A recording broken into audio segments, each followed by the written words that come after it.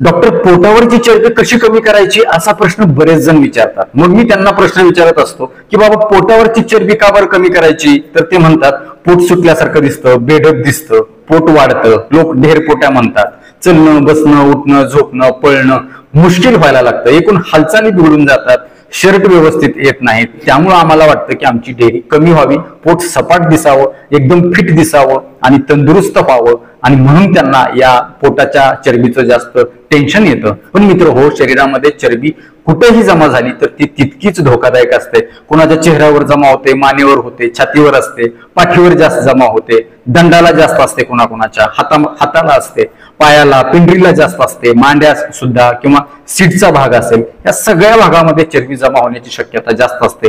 कुठल्याही भागामध्ये चरबी जेव्हा जमा होते तेव्हा ती तितकीच धोकादायक असते. आणि म्हणूनच आजच्या व्हिडिओमध्ये मी तुम्हाला ही चरबी जमा होण्याची कारणं कुठली कुठली आहेत, ही चरबी जमा होऊ नये म्हणून काय करायचं, आणि जर जमा झालीच असेल तर ती खात्रीशीरपणे कमी कशी करायची याबद्दल सविस्तर शास्त्रीय माहिती अतिशय थोडक्यात सांगणार आहे. मात्र विनंती असेल की व्हिडिओ पुढे न पळवता शेवटपर्यंत नीट लक्ष देऊन ऐका. आणि अजून एक विनंती असेल, जर चॅनलवर नवीन असाल तर आता लगेच बाजूचं बेल आयकॉनचं बटन दाबून चॅनल सबस्क्राईब करा, जेणेकरून आरोग्यविषयक अत्यंत महत्त्वपूर्ण अभ्यासपूर्ण आणि शास्त्रीय व्हिडिओज तुम्हाला सहज पाहता येतील, तेही अगदी मोफत, कारण सबस्क्राईब करायला पैसे लागत नाहीत. चला तर मी तुमचा जास्त वेळ घेणार नाही. सगळ्यात सुरुवातीला पाहूया की पोटावरची चरबी किंवा शरीराच्या कुठल्याही भागावरती चरबी जमा होण्याची मुख्य कारणं कुठली. तर सगळ्यात पहिलं आणि महत्वाचं, कधीही काहीही कितीही खाणं, अवेळी खाणं, जेवणाच्या वेळा नियमित नसणं, आहारामध्ये फास्ट फूड, जंक फूड, तळलेले पदार्थ जास्त प्रमाणामध्ये असणं, दिवसभर एकाच ठिकाणी बसून राहणं, शारीरिक हालचाल किंवा व्यायामाचा अभाव असणं, डिलिव्हरी झाल्यानंतर महिलांमध्ये सुद्धा ही पोटाची चरबी वाढण्याची जास्त शक्यता असते, हे देखील एक महत्वाचं कारण आहे. कारण डिलिव्हरीच्या काळामध्ये वाढलेलं पोट असतं किंवा आहार वाढलेला असतो, घ्यावा लागतो. बाळाला दूध पाजत असताना सुद्धा खूप मोठ्या प्रमाणामध्ये महिलांना आहार घ्यावा लागतो, आणि याचा परिणाम म्हणून एकदा वाढलेली चरबी त्यांची कमीच होत नाही. याचं देखील आपण कारण समजून घेणार आहोत, आणि त्याच्यासाठी देखील खात्रीशीर उपाय मी या व्हिडिओमध्ये मी तुम्हाला सांगणार आहे. सोबतच अजून एक महत्वाचं कारण आहे, ते म्हणजे कुणीही आग्रह केला खाण्याचा तर आपण लगेच त्याला नाही म्हणत नाही. आग्रह करून जर आपण खात असू, जबरदस्तीनं खात असू, भूक नसताना खात असू, तर अशा वेळी देखील पोटाची चरबी वाढण्याची शक्यता जास्त असते. आणि पोटावरची चरबी जमा होण्याचं सगळ्यात महत्वाचं कारण ते म्हणजे आपलं चयापचय बिघडणं, पचनशक्ती मंदावणं, अर्थातच मेटाबॉलिक रेट ज्याला आपण म्हणतो तो मंदावला, त्याचा स्पीड जर स्लो झाला तर याचा परिणाम म्हणून देखील शरीरामध्ये आहाराच्या माध्यमातून आलेली जी चरबी आहे ती शरीर वापरत नाही, ती साचून राहायला लागते आणि आपल्याला पोट सुटतं किंवा शरीराच्या कुठल्याही भागावरती चरबी जमा व्हायला लागते. तर आता सांगितलेली सगळी जी कारणं आहेत ती तपासून बघायची आणि ती कारणं बंद करायची.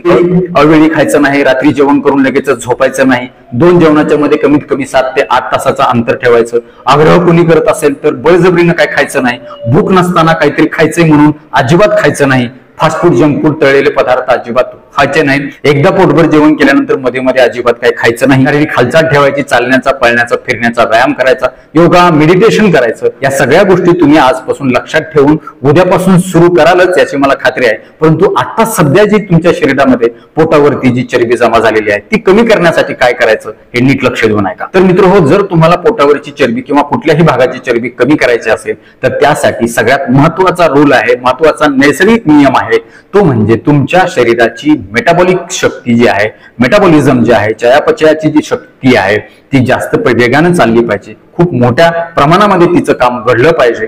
चा परिणाम म्हणून तुम्ही खाल्लेलं अन्न चांगलं पचलं जाईल, ते शोषलं जाईल आणि शरीराला लागू करून घेतलं जाईल, ते जास्तीचं चरबीच्या स्वरूपामध्ये जमा होणार नाही. आणि जेव्हा कधी तुमचं मेटाबॉलिझम हे मंदावतं तेव्हा तुमच्या शरीरामध्ये चरबी जमा होण्याची शक्यता जास्त असते. जोपर्यंत तुमचं मेटाबॉलिझम, मेटाबॉलिक रेट, चयापचयाची प्रक्रिया, चयापचयाचा वेग वाढणार नाही तोपर्यंत तुमची चरबी काहीही जरी केलं, कुठेही किती जरी औषधं घेतली तर ती कमी होणारच नाही. त्यामुळं आजच्या व्हिडिओमध्ये मी तुम्हाला हा मेटाबॉलिक रेट वाढवायचा कसा, चयापचय कसा वाढवायचं, पचनाग्नी कसा वाढवायचा, कसा सुधारवायचा, त्याचा वेग कसा वाढवायचा, तो फास्ट कसा करायचा, चा परिणाम म्हणून चरबी फॅट बर्न कसं करायचं हे तुम्हाला सांगणार आहे, जेणेकरून तुमच्या शरीरामध्ये चरबी वाढणार पण नाही आणि ती जास्तीची साचून पण राहणार नाही. आपल्या आजूबाजूला आपण बरेच लोक बघतो की जे भरपूर खातात, काहीही खातात, तरी त्यांचं वजन पण वाढत नाही आणि डेअरी पण सुटत नाही. काही रुग्ण असे असतात, त्यांनी थोडं जरी खाल्लं तर लगेच त्यांचं वजन वाढायला लागतं, लगेच त्यांचं पोट सुटायला लागतं. असं का बरं होतं?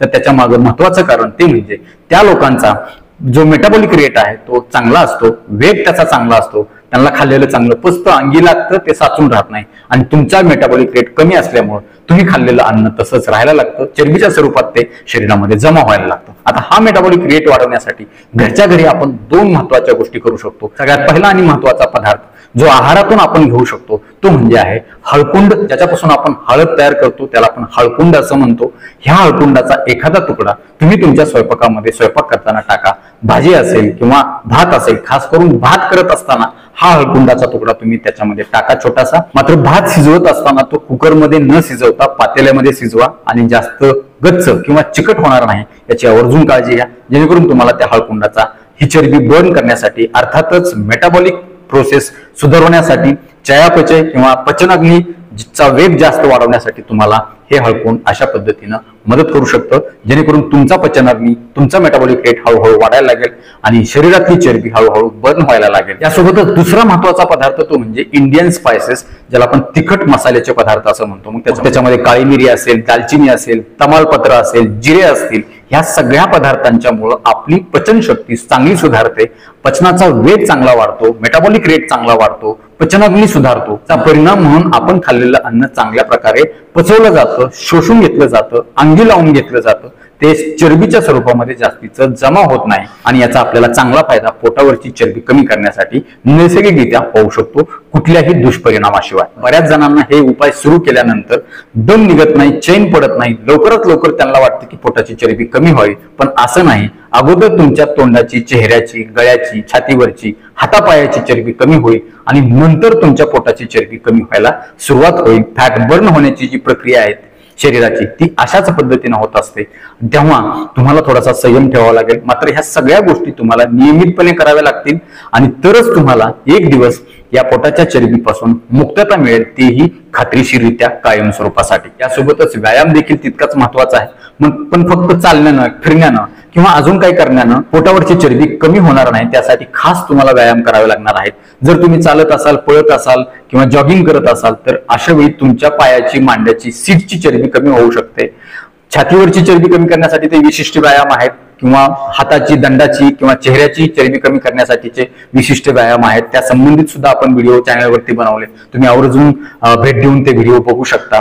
जर तुम्हाला पोटावरची चरबी कमी करायची असेल तर रोज किमान 3 ते 4 सूर्यनमस्कार तुम्ही आवर्जून घाला. हे सूर्यनमस्कार जर तुम्ही सातत्यानं घालत असाल, दररोज घालत असाल तर तुम्हाला ह्या सूर्यनमस्कारामुळे तुमची चरबी कमी होण्यासाठी मदत होणार आहे. कारण सूर्यनमस्कार हा असा एकमेव व्यायाम आहे ज्याच्या माध्यमातून आपली पचनशक्ती अर्थात मेटाबॉलिक रेट सुधारतो.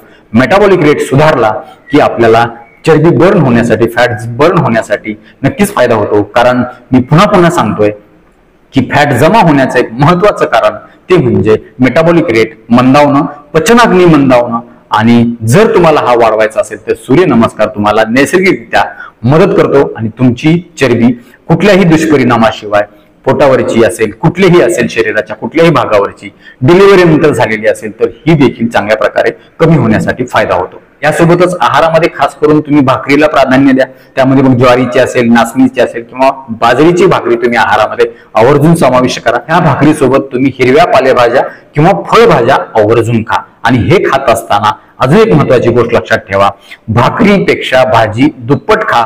सकाळचं जेवण शक्य तितक्या लवकर करा, संध्याकाळचं जेवण शक्य तितक्या लवकर करा. 2 जेवणाच्या मध्ये दिवसभर अजिबात काही खाऊ नका. 2 जेवणाच्या मध्ये कमीत कमी 7 ते 8 तासाचं अंतर असावं. कडकडून भूक लागल्याशिवाय जेवण अजिबात करू नका. काहीतरी खायचंय म्हणून, कुठेतरी काहीतरी मिळाले म्हणून, कोणीतरी आग्रह करतोय म्हणून, कुणाचं तरी काहीतरी शिल्लक राहिले म्हणून असा अजिबात आहार घेऊ नका. असं जर केलं तर तुमची चरबी आयुष्यभर कमी होणार नाही, उलट ती वरचेवर वाढतच जाईल चंद्राच्या कलेप्रमाणे आणि परत परत तुम्हाला ती जास्त त्रासदायक ठरेल. तुम्ही फिट तर दिसणारच नाहीत, सोबतच तुम्हाला बीपी, शुगर किंवा मणक्याचे आजार, अजून कुठले आजार होण्याची शक्यता जास्त प्रमाणामध्ये वाढेल. या सगळ्या आजारांच्या पासून तुमचा जर बचाव करायचा असेल तर तुम्हाला या सगळ्या गोष्टी व्यवस्थित फॉलो कराव्या लागतील, त्या तंतोतंत पाळाव्या लागतील. एक दिवस तुमची चरबी चांगल्या प्रकारे कमी होईल। यासोबतच होमिओपॅथी या औषधोपचार पद्धतीमध्ये चयापचय सुधारवण्यासाठी, पचनशक्तीचे आजार दुरुस्त करण्यासाठी, खाल्लेलं अंगी लागावं यासाठी खूप चांगली प्रभावी औषधं उपलब्ध आहेत। मात्र ही औषधं तुम्ही तज्ञ होमिओपॅथिक डॉक्टरांच्या सल्ल्यानेच घेऊ शकता। तुमच्या एरियामध्ये कोणी तज्ञ होमिओपॅथिक डॉक्टर असतील तर ते त्यांच्याकडून तुम्ही ट्रीटमेंट घेऊ शकता, किंवा आमच्याकडून जर तुम्हाला ट्रीटमेंट घ्यायची असेल तर त्यासाठी देखील खाली जो नंबर दिलाय त्यावरती तुम्ही अपॉइंटमेंट घेऊ शकता आणि होमिओपॅथिक औषधाचा देखील तुम्हाला चांगला फायदा होऊ शकतो। तर नक्कीच मित्र हो, हा व्हिडिओ तुम्हाला कसा वाटला हे आम्हाला कमेंट बॉक्समध्ये आवर्जून कळवा। पोटावरची चरबी कमी करण्यासाठी आता सांगितलेले उपाय कोण कोण करून पाहणार आहेत, कुणाला हा उपाय केल्यानंतर फायदा झाला हे देखील आम्हाला कमेंट बॉक्समध्ये तुमच्या नावासहित, गावाच्या नावासहित आवर्जून कळवा। नक्कीच आम्हाला त्याचा फायदा होईल। आणि या उपरही जर तुम्हाला या संबंधित काही प्रश्न असतील तर ते देखील आम्हाला कमेंट बॉक्समध्ये आवर्जून कळवा। त्यावरती देखील आम्ही शास्त्रीय माहिती देण्याचा व्हिडिओ आवर्जून करू। मित्रांनो, हा व्हिडिओ तुम्ही जास्तीत जास्त लोकांच्या पर्यंत शेअर करा, जेणेकरून त्यांना देखील पोटावरची चरबी कमी करण्यासाठी याचा फायदा होईल। परत एकदा जाता जाता आठवण करतो, जर चॅनल सबस्क्राईब केलं नसेल तर आताच सबस्क्राईब करा। आपल्या मित्र नातेवाईकांना देखील सबस्क्राईब करायला सांगा। तुर्तास आजच्या व्हिडिओमध्ये इथंच थांबूया। लवकरच भेटूया नवीन व्हिडिओमध्ये नवीन विषयासह। तोपर्यंत आनंदी रहा, निरोगी रहा। धन्यवाद।